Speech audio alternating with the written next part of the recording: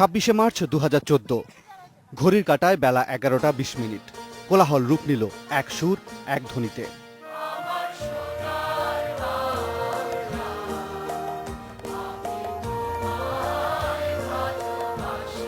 বিশ্ব শুনল লাখো কণ্ঠ।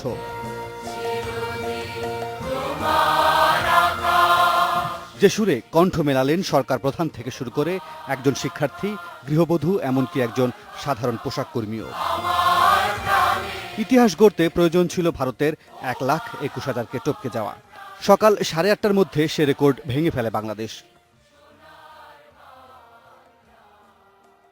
ঘড়ির কাঁটায় তখনও 3 ঘন্টা বাকি। বেলা 11টায় জানা গেল 2,54,681 জন একসাথে জাতীয় সঙ্গীত গেয়ে গড়তে যাচ্ছেন নতুন রেকর্ড। আর এমন মুহূর্তে সবাইকে ধন্যবাদ জানাতে ভুললেন না প্রধানমন্ত্রী। এর আগে ভোর থেকে রাজধানীর সব পথ যেন মিলেছিল জাতীয় প্যারেড গ্রাউন্ডে।